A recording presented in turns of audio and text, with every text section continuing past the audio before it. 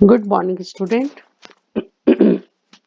इसके पहले मैंने पेज नंबर 108 है ना पढ़ाया था।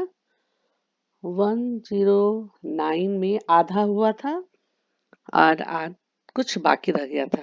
जैसे कि जीव अपना पोषण कैसे करते हैं ये मैं पूरा बता चुकी थी। अमीबा में पोषण और अब है मनुष्य में पोषण, है ना। एक उसकी जीव में किस तरह का पोषण होता है वो पहले हम बतला चुके थे। और आज होगा कि हम लोगों में किस तरह का पोषण होता है, किस विधि द्वारा हम अंतर ग्रहण करते हैं और कैसे इसका ये होता है, पाचन होता है।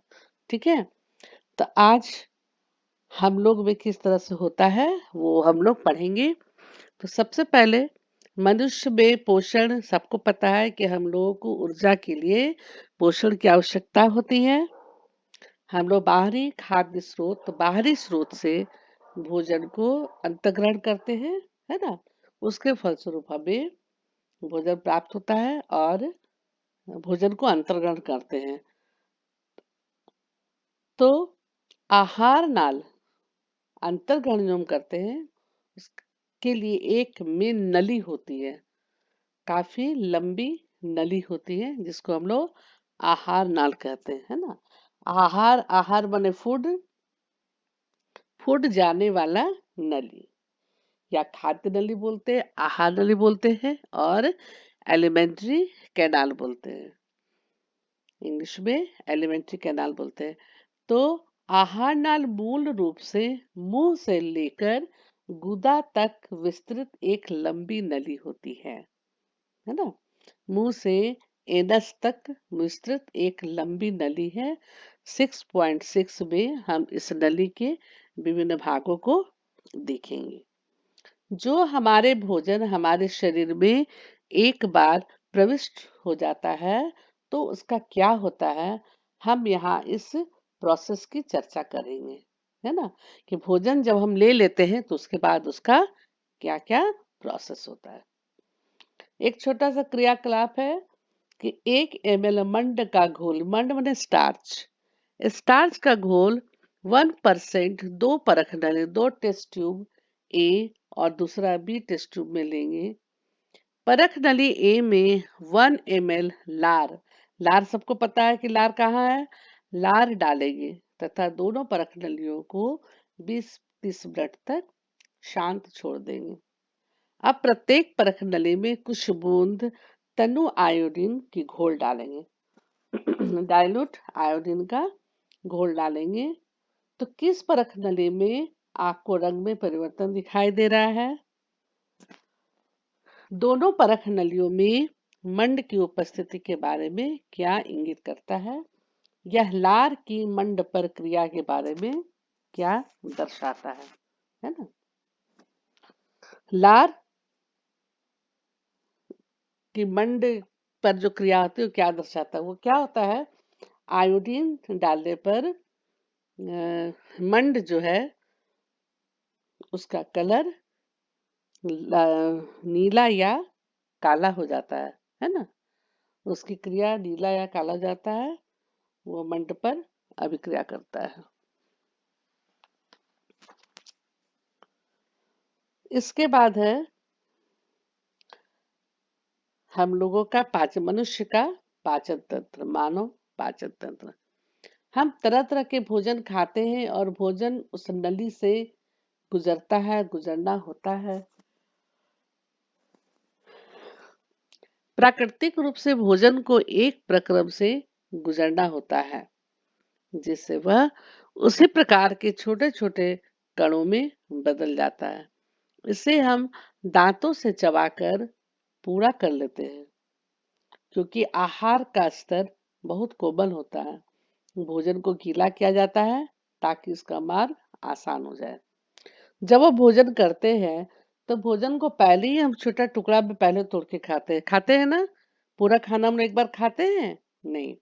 रोटी हो या कुछ भी उसको हम लोग तोड़ के पहले छोटे छोटे टुकड़ों में मुंह में हम लोग डालते हैं। उसके बाद दांत और जीभ से और हमारे मुंह में जो लार है उससे मिल करके भोजन जो है वह मुलायम हो जाता है, वो गीला हो जाता है और लसलसा हो जाता है। तो आहार का स्तर बहुत कोमल होता है, इसलिए भोजन को गीला किया जाता है ताकि वह आसानी से आहार नली से नीचे की ओर आ जाए। जब हम अपनी पसंद का कोई पदार्थ खाते हैं तो हमारे मुंह में पानी आ जाता है। यह वास्तव में केवल जल नहीं है, यह लाला ग्रंथि है। लाला ग्रंथि से निकलने वाला एक रस है जिसे हम लोग लाला रस कहते हैं, यानी कि लार कहते हैं, है ना। वास्तव में मुंह में जो पानी आता है वह लार है ना। लाला ग्रंथि सैलिवरी ग्लैंड्स बोलते हैं, तो सैलिवरी ग्लैंड से लार निकलता है, उसको लाला रस कहते हैं या सलाइवा कहते हैं। तो जिस भोजन को हम खाते हैं उसका दूसरा पहलू उसकी जटिल रचना है ना। जिस भोजन को हम खाते हैं उसका दूसरा पहलू उसकी जटिल रचना है। यदि इसका अवशोषण आहार नाल द्वारा करना है तो इसे छोटे छोटे टुकड़ों में, छोटे छोटे अणुओं में खंडित करना होगा, है ना। कोई बड़ा टुकड़ा हम अपने मुंह में डाल लेंगे तो क्या वो आसानी से पचेगा? नहीं, उसको छोटे छोटे टुकड़ों में खंडित करना पड़ता है और खंडित होता है। तो अवशोषण, इसका अवशोषण आहार नाल द्वारा करना है तो इसे छोटे छोटे अणुओं में खंडित करना होगा। यह काम जैव उत्प्रेरक द्वारा किया जाता है।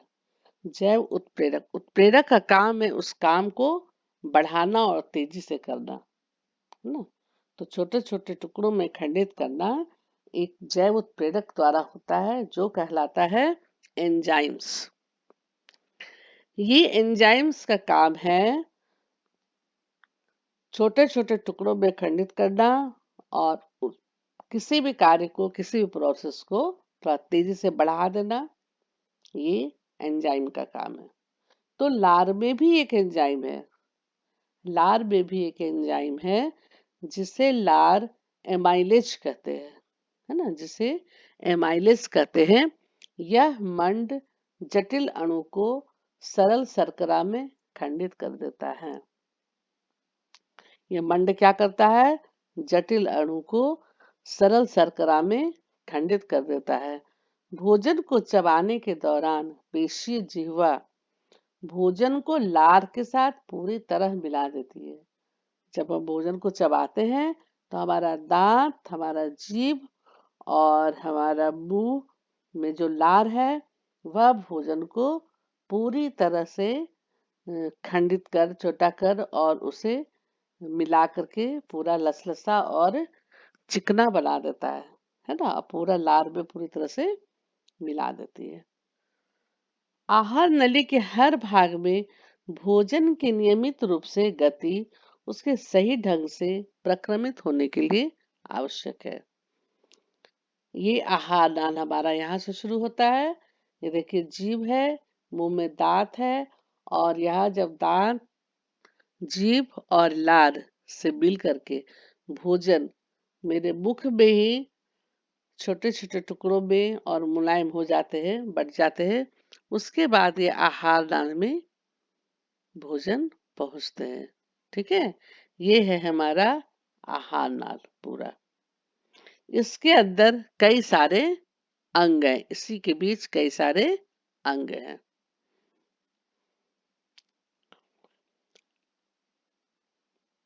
आहार नली के हर भाग में भोजन की नियमित रूप से गति उसके सही ढंग से प्रक्रमित होने के लिए आवश्यक है। यह क्रमानुकंचन गति पूरी भोजन नली में होती है। जो भोजन जैसे जैसे ऊपर से नीचे आता है ना, भोजन जैसे जैसे ऊपर से नीचे आता है यहाँ पर क्रमाकुंचन होता है, यानी कि फैलना सिकुड़ना, फैलना सिकुड़ना, फैलना सिकुड़ना, है ना। भोजन जैसे आता है फैलता है, फिर सिकुड़ता है, फिर फैलता है, सिकुड़ता है। तो इसमें क्या होता है? क्रमाकुंचन गति पूरी भोजन नली में होती है ना। आप किसी कीड़ा को खाते हुए मेढक को देख, जैसे जैसे उसका भोजन जाता है पेट फूलता जाता है। सांप, किसी मेढक को खाते हुए देखे हुए यदि सांप को, तो पूरा आपको एकदम क्लियर दिखेगा कि कैसे कैसे सांप का बॉडी फूल रहा है, जब जा रहा है, गुजर रहा है, जहां पर गुजर रहा है उसका बॉडी फूलता जाता है ना। इसका तो हमारे शरीर में भी वही बात है। जैसे जैसे भोजन नियमित रूप से, जैसे जैसे आहार नली से नीचे की ओर जाती है, यह क्रमाकुंचन गति पूरी भोजन नली में होती है। मुंह से अमाशय तक भोजन रसिका या इसोफेगस द्वारा ले लिया जाता है। अमाशय एक बृहत अंग है जो भोजन के आने पर फैलता है। अमाशय की पृष्ठीय भित्ति भोजन को अन्य पाचक रसों के साथ मिश्रित करने में सहायक होती है। अमाशय जो है आहार नाल का सबसे बड़ा अंग है ना। ये देखिए, इतना जो है ये अमाशय है। ठीक है, तो ये अमाशय, इसमें क्या है, भोजन, भोजन आते ही अमाशय और बड़ा हो जाता है, फैल जाता है। इसमें भोजन आते ही ये फैल जाता है। अब भोजन कहाँ से आ रहा है? ऊपर से, इसोफेगस से, खाद्य नली से आ रहा है और भोजन यहाँ पर जमा होता है। फिर यहाँ अमाशय में क्या होता है? पेशीय भित्ति भोजन को अन्य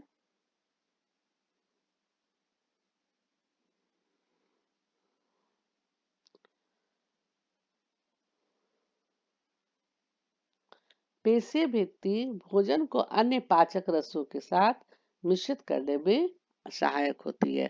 पाचक रस जो निकलते हैं अन्न भोजन को अन्य पाचक रसों के साथ मिश्रित करने में सहायक होती है ना। उसको और मिला देता है, मिलाकर के और उसको मुलायम कर देता है। ये पाचन कार्य आमाशय की भित्ति में उपस्थित जठर ग्रंथियों के द्वारा संपन्न होते हैं। ये आमाशय जो है इनमें जठर ग्रंथि पाई जाती है। इसी जठर ग्रंथि से निकलता है हमारा अम्ल, है ना। इस जठर ग्रंथि से हाइड्रोक्लोरिक अम्ल का स्राव होते रहता है। जठर ग्रंथियों के द्वारा संपन्न होते हैं ये हाइड्रोक्लोरिक अम्ल एक प्रोटीन पाचक एंजाइम पेप्सिन तथा श्लेष्मा श्लेष्मा का स्रवण करते हैं। कौन करते हैं? अमाशय की भित्ति। अमाशय की भित्ति में उपस्थित जो जठर ग्रंथियां हैं, यानी कि इस ग्लैंड से, इस ग्रंथि से हाइड्रोक्लोरिक अम्ल और प्रोटीन प्रोटीन पाचक एंजाइम, इसका नाम है पेप्सिन, तथा श्लेष्मा म्यूकस लसलसा पदार्थ म्यूकस का श्रावण करते हैं, यानी कि वहां से निकलता है। हाइड्रोक्लोरिक अम्ल एक अम्लीय माध्यम तैयार करता है जो पेप्सिन एंजाइम की क्रिया में मदद करता है ना। हाइड्रोक्लोरिक अम्ल एक अम्लीय माध्यम तैयार करता है। हम लोग का पाचन सबसे पहले अम्लीय माध्यम में ही होता है। तो हाइड्रोक्लोरिक अम्ल तो अम्ल है, तो आप लोग को पता ही है। तो हाइड्रोक्लोरिक अम्ल क्या करेगा? अम्लीय माध्यम भी तैयार करेगा। तो अम्लीय माध्यम तैयार करता है, तथा पेप्सिन एंजाइम जो प्रोटीन को पचाने के लिए जो एंजाइम्स है, वो पेप्सिन एंजाइम की क्रिया में सहायक होता है। तो अम्ल और कौन सा कार्य करता है? सामान्य स्थिति में श्लेष्मा अमाशय के आंतरिक स्तर के अम्ल से रक्षा करता है ना। श्लेष्मा क्या करता है, यानी कि म्यूकस क्या करता है?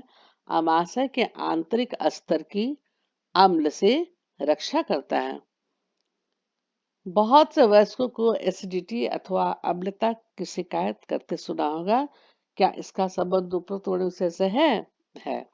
बहुत लोगों को सुनेगा कि एसिडिटी हो गया है, हमको गैस हो गया है, हमको अम्ल हो गया, खट्टा, ये इसी की वजह से होता है ना। अम्ल, हमारी अमाशय से जो अम्ल का स्राव होता है, यानी कि हाइड्रोक्लोरिक अम्ल का जो स्राव हो जाता है ना, उसी से खट्टा ढकार या एसिडिटी होना, अम्लता होना, ये शिकायत सुनने को मिलती है। अमाशय से भोजन अब क्षुद्रांत में प्रवेश करता है। अमाशय से भोजन क्षुद्रांत में प्रवेश करता है। तो क्षुद्रांत क्या है?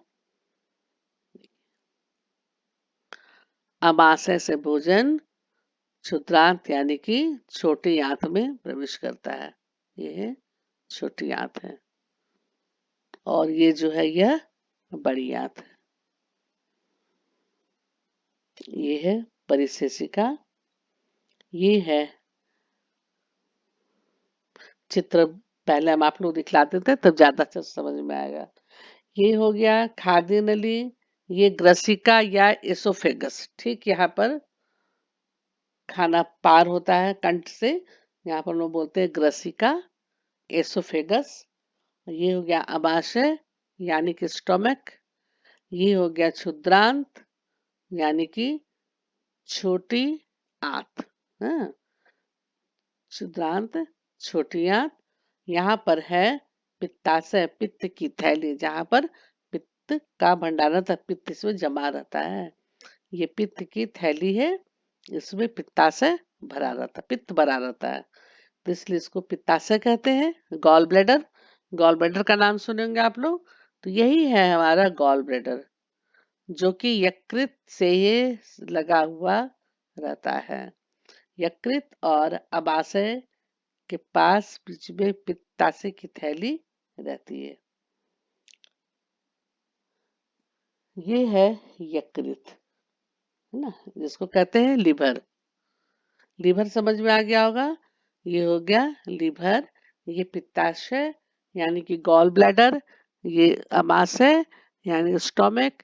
ये छोटी आंत यानी कि इंटेस्टाइन, स्मॉल इंटेस्टाइन। ये बृहदांत्र कॉलोन यानी कि बड़ी आंत, लार्ज इंटेस्टाइन। और यहाँ पर अग्नाशय है, अमाशय और डियोडेनम के बीच, यानी कि अमाशय और छोटी आंत ग्रहणी के बीच अग्नाशय। अग्नाशय को पेनक्रियाज कहते हैं। यहाँ से हमारा इंसुलिन का स्रावन होता है। इंसुलिन का नाम सुने होंगे आप लोग, शुगर का बीमारी सुने होंगे तो इंसुलिन भी नाम सुने होंगे, तो यहाँ से इंसुलिन का स्रावन होता है।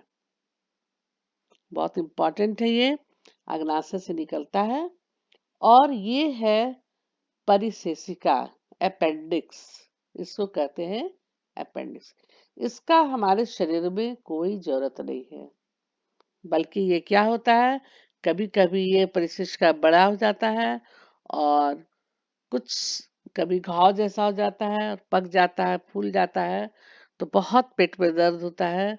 और कभी कभी अपेंडिक्स को फटने का डर हो जाता है, तो फटने से क्या हो जाता है, पॉइजन फैलता है और फिर मनुष्य की मृत्यु हो जाती है।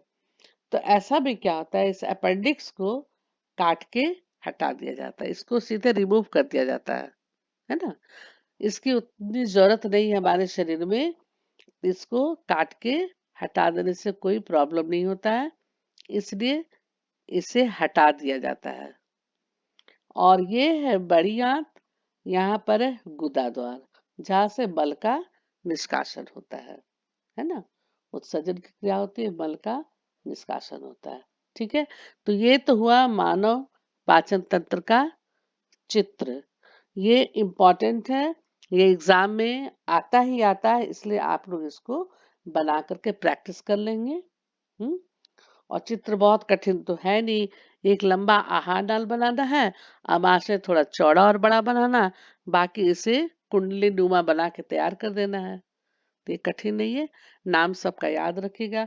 लार्ज इंटेस्टाइन थोड़ा मोटा रहेगा और स्मॉल इंटेस्टाइन घुमा हुआ पतली नली की तरह रहेगा। ठीक है, तो चित्र को देखते हुए हम और अब आगे बढ़ रहे हैं। ठीक है, छोटी आंत की दीवार इसके अंदर है, अमाशय की दीवार जो अंदर की ओर है, उसी में हाइड्रोक्लोरिक अम्ल और पेप्सिन नामक एंजाइम स्रावित होते रहता है इसकी दीवार से, है ना। अब हम लोग आ रहे हैं छोटी आंत, और यहाँ दोनों के बीच में क्या है, अग्नाशय। ये इम्पोर्टेंट इसका फंक्शन रहता है, ये है अग्नाशय। चलिए अब हम नीचे की ओर बढ़ रहे हैं। अमाशय से भोजन अब क्षुद्रांत्र में प्रवेश करता है, यानी कि स्मॉल इंटेस्टाइन में प्रवेश करता है। यह अवरोधनी पेशी द्वारा नियंत्रित होता है। क्षुद्रांत आहार नाल का सबसे लंबा भाग है। यह जो है काफी लंबा भाग है ना। ये बहुत लंबी नली होती है। इससे small small intestine large intestine से काफी लंबी होती है ना। ये छोटा है और लार्ज स्मॉल इंटेस्टाइन ज्यादा लंबा है।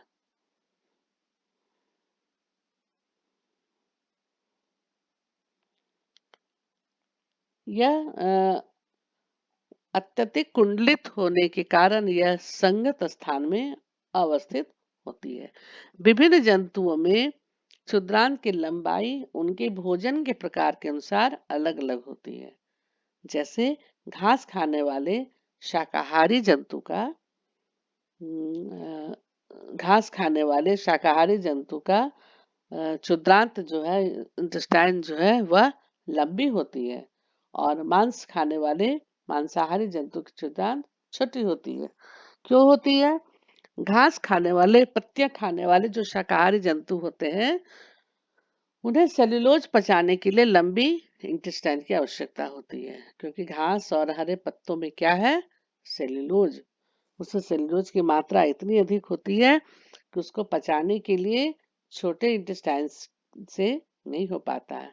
तो शाकाहारी जंतुओं के इंटेस्टाइन जो है वह काफी लंबे होते हैं और मांसाहारी जंतु के क्षुद्रांत छोटी होती है, क्योंकि मांस का पाचन सरल है। किसके अनुपात में? सेल्यूलोज की अपेक्षा मांस का पाचन सरल होता है। इसलिए बाघ चीता शेर जैसा मांसाहारी की इंटेस्टाइन छोटी होती है।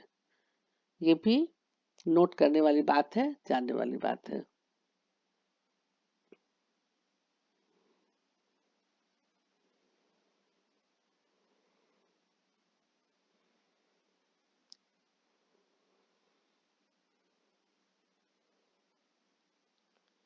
क्षुद्रांत कार्बोहाइड्रेट, प्रोटीन तथा वसा के पूर्ण पाचन का स्थल है। इस कार्य के लिए यह यकृत तथा अग्नाशय से श्रावण प्राप्त करती है। क्षुद्रांत जो है यानी कि स्मॉल इंटेस्टाइन जो है वो कार्बोहाइड्रेट, प्रोटीन तथा वसा के पूर्ण पाचन का स्थल है। इस कार्य के लिए यह यकृत तथा अग्नाशय से श्रावण प्राप्त करती है। अमाशय से आने वाला भोजन अम्लीय होता है और अग्नाशयिक एंजाइम की क्रिया के लिए उसे क्षारीय बनाया जाता है। अभी बताया था ना कि अमाशय में अम्ल है। चूंकि अम्ल है तो भोजन अम्लीय हो जाता है वहां पे हाइड्रोक्लोरिक अम्ल के कारण। और अग्नाशयिक एंजाइम जो अग्नाशय अभी चित्र में दिखलाए थे, तो अग्नाशय से जो एंजाइम निकलती है वो एंजाइमों की क्रिया के लिए उसे क्षारीय बना दिया जाता है। अम्लीय से अल्कली बना दिया जाता है उसे। और यकृत से स्रावित पित्त रस इस कार्य को करता है। यकृत का चित्र दिखलाए थे और अभी पित्त रस बाइल जो गॉल ब्लैडर दिखलाए थे उससे पित्त रस उसमें जमा रहता है। तो यकृत से स्रावित पित्त रस इस कार्य को करता है। गॉल ब्लैडर इस कार्य को करता है। यह कार्य वसा पर क्रिया करने के अतिरिक्त है ना। यह कार्य वसा पर क्रिया करने के अतिरिक्त है। क्षुद्रांत में वसा बड़ी गोलिकाओं के रूप में होता है। बड़ी बड़ी गोलिकाओं में फैट्स रहता है जिसको वह छोटे छोटे टुकड़ों में छोटी छोटी गोलिकाओं में खंडित कर देता है ना। छोटी आंत में वसा बड़ी बड़ी गोलिकाओं के रूप में रहता है जिससे उस पर एंजाइम का कार्य करना मुश्किल हो जाता है। तो पित्त क्या करता है? उन्हें छोटी छोटी गोलिकाओं में खंडित कर देता है। छोटी छोटी गोलिकाओं में खंडित कर देता है जिससे एंजाइम की क्रियाशीलता बढ़ जाती है। जब छोटे टुकड़ों में कर देता है तो एंजाइम की एक्टिविटीज और अधिक तेज हो जाती है। यह साबुन का मैल पर इमल्सीकरण की तरह ही है, जिसको हम लोग फोर्थ पे पढ़े होंगे आप लोग। जो भी अग्नाशयिक रस का स्रावित करता है। अग्नाशय अग्नाशयिक रस का स्रावण करता है जिसमें प्रोटीन के पाचन के लिए ट्रिप्सिन, एंजाइम होता है। प्रोटीन के पाचन के लिए ट्रिप्सिन एंजाइम होता है तथा एमल्सीकृत वसा का पाचन के लिए लाइपेज एंजाइम होता है। इसको हम लोग को याद रखना होगा। प्रोटीन के पाचन के लिए ट्रिप्सिन एंजाइम होता है और वसा के पाचन के लिए लाइपेज नामक एंजाइम होता है। क्षुद्रांत की भित्ति में जो ग्रंथि होती है, यानी कि स्मॉल इंटेस्टाइन की जो दीवार है, अंदर की भित्ति जो ग्रंथि होती है, वह आंत रस स्रावित करता है, यानी इंटेस्टाइनल जूस, है ना, उसके दीवार से भी रस स्रावित होती है। उसमें उपस्थित एंजाइम, उस रस से जो एंजाइम निकलता है, उसमें जो एंजाइम प्रेजेंट है, वह अंत में प्रोटीन को एमिनो एसिड और जटिल कार्बोहाइड्रेट को ग्लूकोज में तथा वसा को वसा अम्ल तथा ग्लिसरॉल में परिवर्तित कर देता है। यहाँ पर देखिए क्या होता है। अग्नाशय के रस का श्रावण करता है, अग्नाशय जिस रस का श्रावण करता है जिसमें कि प्रोटीन के पाचन के लिए ट्रिप्सिन, प्रोटीन के पाचन के लिए ट्रिप्सिन एंजाइम्स का क्या नाम है, ट्रिप्सिन, है ना, और वसा का पाचन करने के लिए जो एंजाइम है उसका नाम है लाइपेज। और क्षुद्रांत की भित्ति में ग्रंथि होती है जो कि इंटेस्टाइनल जूस का स्राव करता है, रस का। उसमें उपस्थित एंजाइम वह अंत में क्या करता है, प्रोटीन को एमिनो एसिड में बदलता है और कार्बोहाइड्रेट को, जटिल कार्बोहाइड्रेट को ग्लूकोज में बदल देता है और वसा को फैटी एसिड्स में बदल देता है तथा ग्लिसरॉल में बदल देता है। हम्म तो एंजाइम को, प्रोटीन को एमिनो अम्ल, जटिल कार्बोहाइड्रेट को ग्लूकोज और फैट्स को फैटी एसिड तथा ग्लिसरॉल में चेंज कर देता है। आज यहाँ तक हम लोग पढ़ेंगे, ठीक है। यहाँ तक समझ में आ गया होगा। आप लोग को एंजाइम्स का नाम याद रखना होगा। हर तत्व को पचाने के लिए वो कौन सा एंजाइम काम कर रहा है, उस घटक, किस घटक को कौन एंजाइम हेल्प कर रहा है, इसको आप लोग को याद रखना होगा, ठीक है। अब नेक्स्ट क्लास में और इस हम लोग आगे बढ़ेंगे। Okay bye, thank you.